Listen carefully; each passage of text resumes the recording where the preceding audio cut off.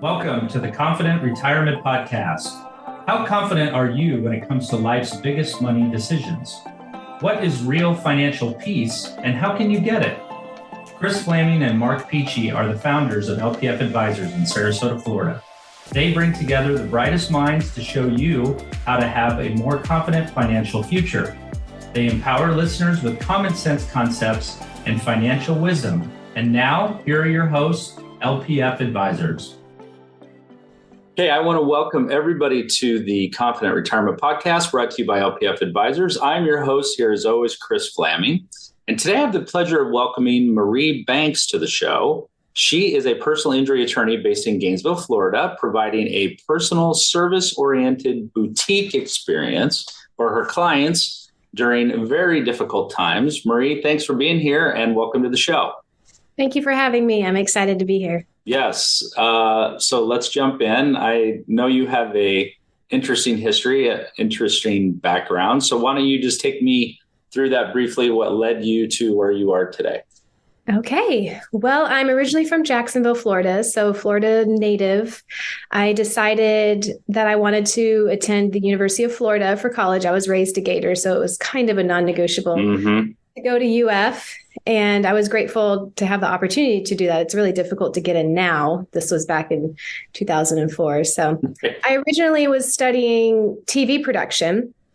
I wanted to be a TV producer. I had a connection with ABC Network, spent some time in New York City one summer working for 2020 in primetime. I was really fascinated with storytelling. I loved the idea of storytelling through video and editing.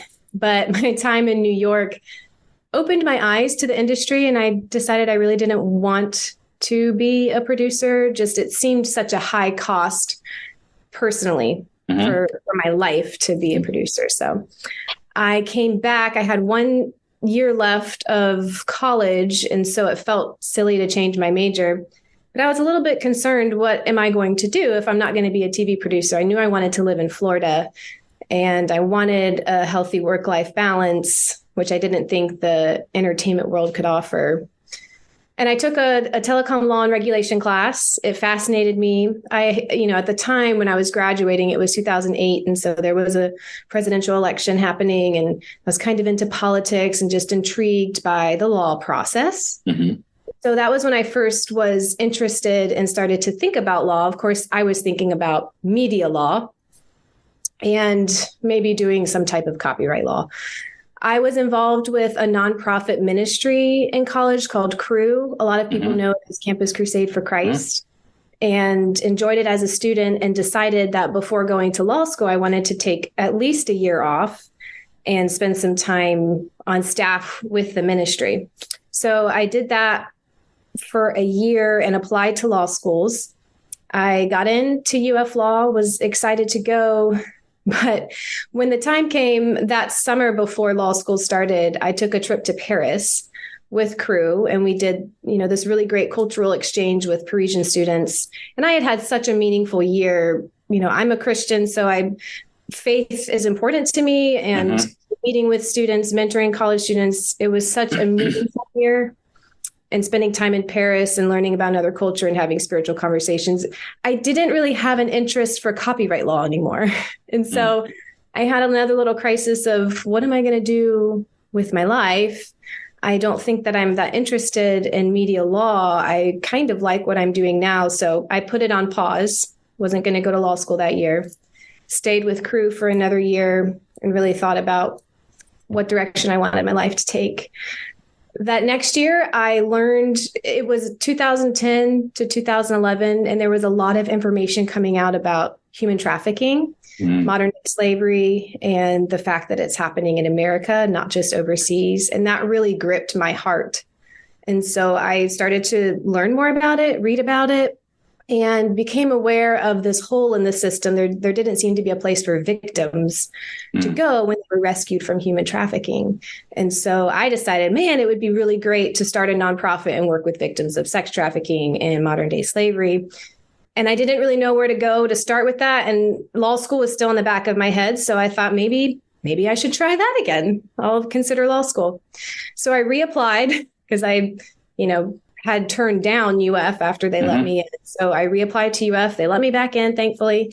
So I went, but now I had gone to law school with a totally different purpose, more of a social justice, working with victims, and loved law school, loved my time at UF Law, spent a lot of time learning about human rights, international law.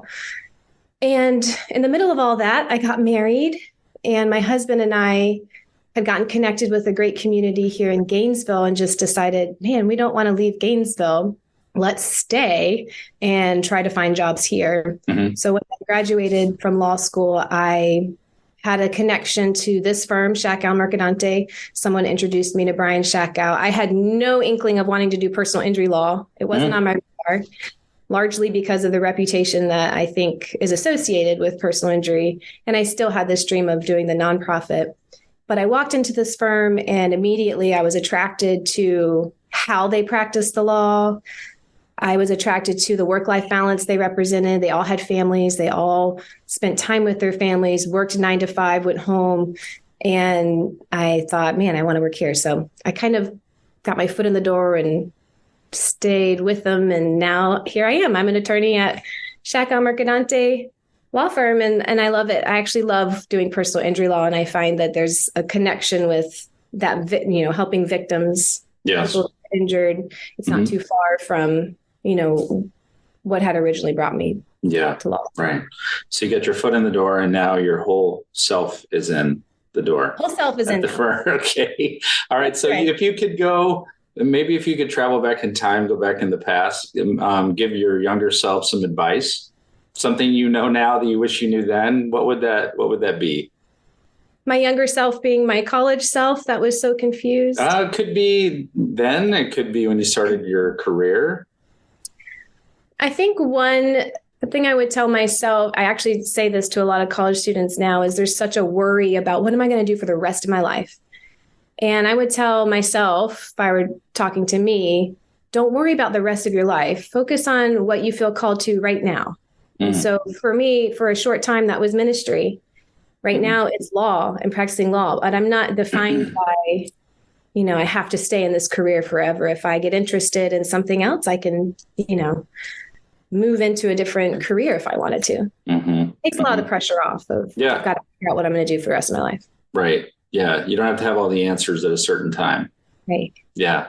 So do you think that there are common misconceptions that people have about what you do or what you can do for them? You kind of alluded to this in terms of like people's perception, but what do you run into, and maybe initial appointments or something like that, that is a common misconception? Yeah, I would break it into two categories of misconception. There's a misconception from the client perspective and a misconception from the public. So I'll start with the client perspective.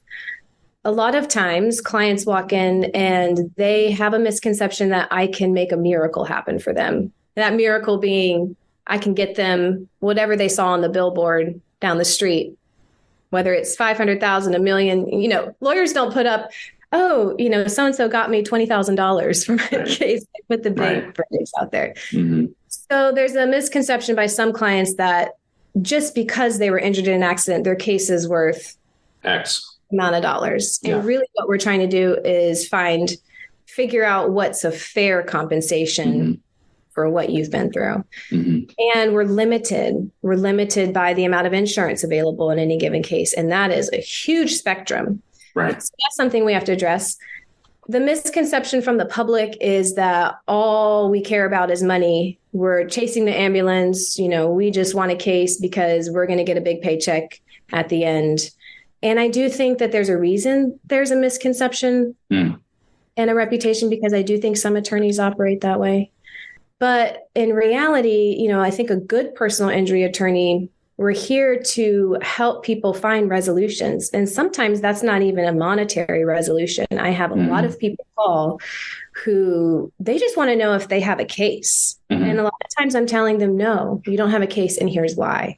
And it's my job to explain to them why. And that's almost as valuable to them as getting a settlement. They just want to know, do I have a case? Yeah. A lot of lawyers, I don't think, will take the time to sit down and tell them why they don't. Yeah. So the money hungry attorney, a misconception. And then money hungry clients who have a misconception. Yeah. You can get them bigger. Well, and I would imagine that telling them up front that you, in your opinion, you don't think they have a case, that could save them a lot of time and energy and mental anguish in going through that whole process and then being disappointed about the potential result. Yes, I would say really what happens is if they call in and I get an intake sheet and I can look at that intake sheet and know pretty quickly if they have a case. Mm-hmm. And a lot of attorneys might turn to their intake specialist and say, just send them a letter saying we're not going to take their case. Mm-hmm. You don't say why. They're just going to keep going and try to find an attorney that's going to take their case. Mm-hmm. If I can have a conversation with them and say, here's why I think your case is really difficult or why you don't have a case, that helps them stop the journey. Mm-hmm. And I always say, that's my opinion. Go get another opinion from another attorney. But it's so much more helpful for them not to waste their time or mental energy worrying. It gives them closure. Yeah, right. And that's really at the end of the day what people are looking for, so then they can move on. Correct. So you kind of hinted on this, but maybe could you paint a picture of what your ideal client looks like? So an ideal client for your practice or for your firm. An ideal client, I'm going to talk about it in a way of maybe a personality that I enjoy working with, because I don't get to choose the types of accidents or, obviously I want a case where there's actually insurance money available where I can help somebody. So I found the clients that I enjoy working with the most are the clients who understand the value of what I'm offering them, which is peace of mind. I want to take everything off of your plate. And I want you to focus on getting well. And I want you to trust me to handle everything that needs to happen with the insurance company. Not everybody maybe trusts attorneys. And so this is a difficult question because I think a lot of it relies on or depends on me and how I communicate and educate the client along the way to help develop that trust. A lot of people who come into this, they have no idea what to expect. But I think an ideal client is, for me, somebody who is just willing to trust and listen and, believe me when I tell them things. I don't know. If we're looking for more of a circumstantial answer, obviously, I really enjoy helping people who've been in car accidents.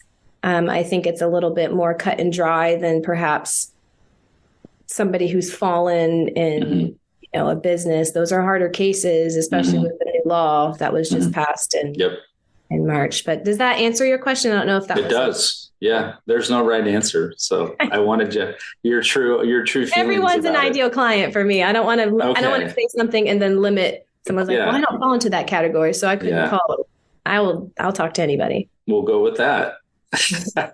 Okay. Now I know that when people come in for an initial appointment or you do a conversation on an intake, there's probably some general concerns or what their biggest fears are that you encounter, so I'm imagining, I want you to tell me whether I have a case, and then I just don't want this to happen, or I just want to make sure that whatever happens, this occurs. So are there some commonalities there that kind of run their course through different conversations you have with people? Yes, I would say the biggest concerns, let's see, I'll try to do a top 3.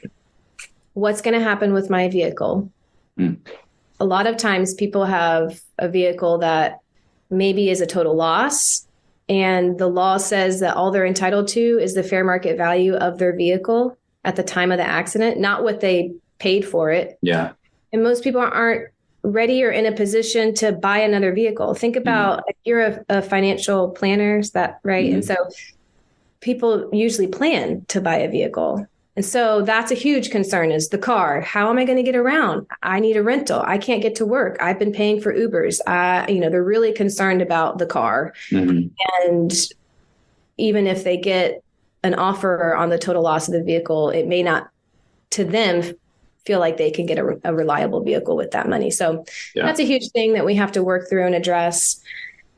Second is similar, medical bills. Who's going to pay for my treatment? I'm really injured. I'm hurt, and I need to see all these specialists. How is that going to get paid for? We go over that in the initial consult, and then work.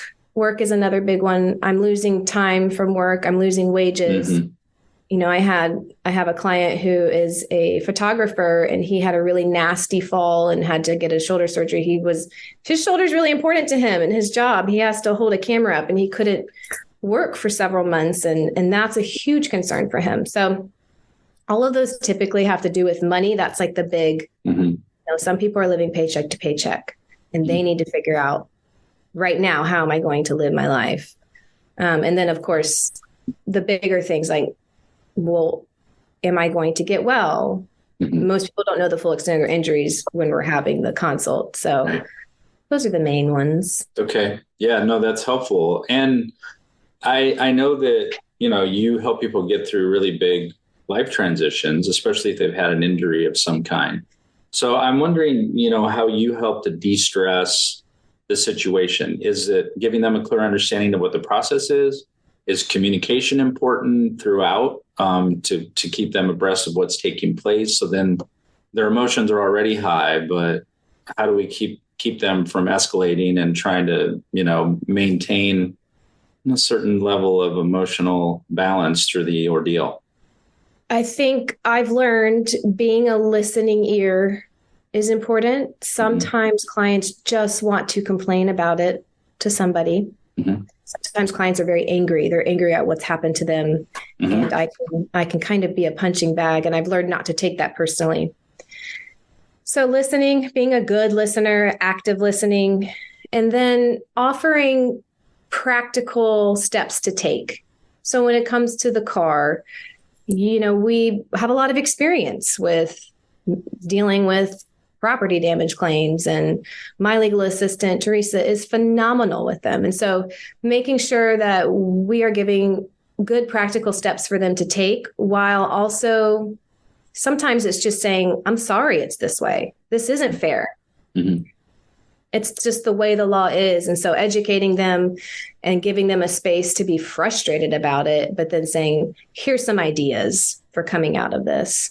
Yeah. So it's offering, I think a lot of times really trying to think of practical life advice, which isn't always legal advice. It's just, I often think, well, that's why they call us counselor in the law room, like in the courtroom, it's counseling people all the time. And I want to, if you'll allow me to, I want to switch gears just a little bit. So I noticed when I was doing some research on our conversation today that you do these car accident chaos prevention or sessions.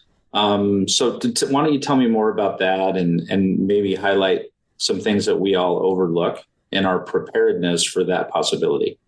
I'm so glad you asked me that, because I was thinking about a way to incorporate it in. It goes really well with the last question of how do you help minimize a lot of that stress and anxiety and emotions after an accident. Yep. Really the best way, and this is why I've been blasting it so much in every outlet I can find, is being prepared, if you can be prepared. So I think the main things that people overlook right now are knowing what's on their auto insurance policy. I had no idea what was on my auto insurance policy before I worked here. I knew I had one. I know you have to have one to have a car, to drive a car in Florida. Most people have no concept of what's required in Florida, what's good to have. They don't know what uninsured motorist is. There's just a lot of things people don't know. So it's really important to sit down either, that's why I've offered the free planning sessions to sit with people. And I would love to go over the policy with you and educate you on what does this mean? What do you have? What do I think you need? If you're in an accident, here's how this policy is going to play out, how it's going to hurt you, how it's going to help you. I can't change their policy. I can recommend agents, people that they can talk to have a quote run on their policy. But so I've noticed, our firm has noticed, I think in this economic time we're in with inflation, a lot of people are trying to cut costs across the board of their budgets. And we think that people are trying to cut their premiums. Premiums are going up for a lot of the big companies. And so they say, well, how can I get that down? People don't understand the risks they take when they get in their car every day. If you get in your car every day and you drive to work, you're taking a risk. Just taking a risk. People are driving recklessly. I think that the statistic is about, every person's supposed to be in an accident 3 to 4 times in their lifetime. That's a lot. And so Yeah. we risk it. So that would really, take a lot of the stress and chaos out if you had a really good auto policy in place. And then I think having an action plan for what to do if the accident happens. So it's one thing to have a good policy, and I've helped friends or people have good policies. And then the first thing they do when they get in an accident is they call me. What am I supposed to do? What do I do next? And so that gave me this idea of part of the planning session of coming up with an emergency plan. We have a document that's personalized to the person. The next 5 things you need to do when the accident happens. Here's who to call first, all these things. Let's get your policy number, your vehicle VIN, everything that you're going to need to open a claim. Which insurance company do you call first? What's that process going to look like? I think it takes a lot of the stress that comes from an unexpected event happening if you can plan it. Right. Yeah. It's already going to be stressful because it's an accident, but then the aftermath, being prepared, that would certainly help. Okay. Thank you for that. That's good. I have an idea I want to talk to you about after we go off the air. So let me keep going here. I see you have made time for mentoring. Mentoring is, near and dear to my heart as well. So why don't you tell me more about that and what maybe some tips that you have for creating a work-life balance? I know the mentoring doesn't deal with the same as the work-life balance, but you being able to do that and be involved in that certainly demonstrates that you've gotten to a certain level of work-life balance. Yes. Great question. So the mentoring, there's a couple of ways I like to be involved in mentorship. One is I just love to mentor college women. And so it's not specific to law. It's just, I remember being in college and it being overwhelming. I think it's more overwhelming now for some reason for college students. And then, I was also pretty involved in the Christian Legal Society in law school. And there have been a couple of opportunities I've had to go back and speak to law students. I'm very big on work-life balance. And a lot of what I tell students about it is when you're looking for a career or you're looking for a place to work and you're interviewing with an employer, it's important to ask questions about the place you're going to work. Are you, am I expected to work after hours or on weekends? Here at the firm, and, back when I was telling my story about how I came to work here, it was very obvious to me that the firm values family life. And one of the things I noticed is, we're a small personal injury law firm, which means we have a low volume of cases. I don't take on 200 clients at a time. My client list is somewhere between 30 and 60 at any given time. It's still a lot of clients and it keeps me busy, but it gives me the ability to really dive into each case and be present and available for my clients and not have that stress over my head of I need to keep working after hours. I think that's what helps me have the balance, because I'm not doing this to be this massively wealthy personal injury attorney. You can make good money practicing law and, I earn well, but it's more important to me. Part of the compensation package is I have flexibility in my schedule. I can go mentor someone. I can, spend time with people and still get all of my work done because I have a lower volume of cases. I hope that answered your question. Yeah, absolutely. Okay. So moving forward, Marie, what do you kind of see the biggest opportunity is for you and the firm going forward? So plans to expand services or messages that you want to get out. What do you kind of see as the next big thing? Great question. We really focused a lot last year on a marketing campaign, trying to figure out where our place is in the community. Gainesville is small, and obviously we serve more than the Gainesville area. Yeah. We could serve anybody in the state of Florida, but Gainesville is small and there's a lot of local personal injury attorneys. And then we also have the big guys. We're all fishing in the same small pond. So I think where we've landed is we really want to be the firm that has clients who want a service-oriented law firm.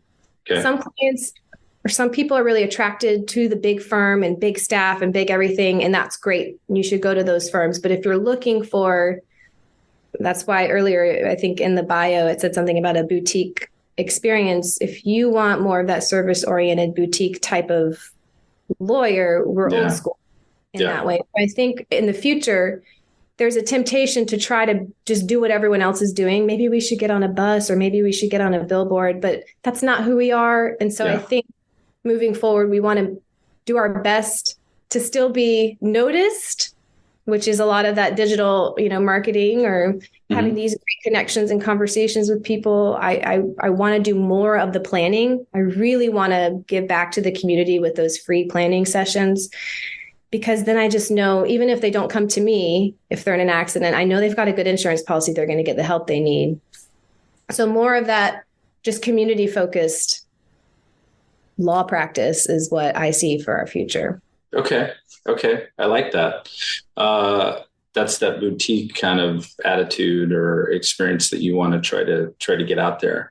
So maybe on the flip side of that, Marie, what are you seeing as the biggest challenge or obstacle that the firm is yet to overcome or wants to? It doesn't have to be related to the opportunity. Maybe it is, but what do you view that as being? I think the biggest obstacle is name recognition in a field with so many names. If someone's in an accident, they're going to think of one of the big firms. I mean, those firms do a phenomenal job of advertising on every level. And so they have the money to do that. So that's a huge hurdle for us. It's an obstacle just in the sense of, do people know we exist? We get a lot of word of mouth referrals, former clients referring, there's a lot of that, and that's big in Gainesville. So that's a hurdle. And I think just still people not knowing the value of a personal injury attorney. I think a lot of people in our community and maybe just the world in general are annoyed by all of the attorney ads and the personal injury. It's kind of a joke. Many people don't take us seriously as someone who can help them. So there's a couple of obstacles. There's some education to that. Right. Yeah. That's always the difficult part. I'm with you on that. Okay. So if people wanted to learn more about you or contact you, what's the best way for them to do that? I think two ways. They can call my office and ask for me. Okay. And do you want me to give a phone number? Sure, you can. Obviously. Okay. Absolutely. Our phone number is 352-371-3000. Okay. And then you can check us out on our website, which is lawshack.com. So Shackow is spelled SCHACKOW. So it's LAWSCHACK.com. If you want to reach me personally, a great way to do that is email. And my email is just my first name, Marie, at lawshack, LAWSCHACK.com. So okay. That Law Shack thing actually is kind of catchy, even though I know it's spelled a different way, but it still sticks in your mind and remembering. I like that. Yeah. Okay. Well, Marie, listen, I want to thank you for taking the time to be here with me today. Good conversation. It was a pleasure to have you on. Thank you for having me on your podcast. It was a fun time. And I want to thank everybody for tuning in today. Confident Retirement Podcast brought to you by LPF Advisors, where we hope to raise the financial education level of everyday people to another level, one show at a time. Thanks everybody for tuning in and being here. We'll see you next time. Be well, take care. Thanks again, Marie. Thank you. You've been listening to the Confident Retirement Podcast with Kris and Mark from LPF Advisors. For more information on them and retiring confidently, please visit lpfadvisors.com. If your ears are pleased and your mind is now at ease, do share the program with your friends and subscribe wherever podcasts are found.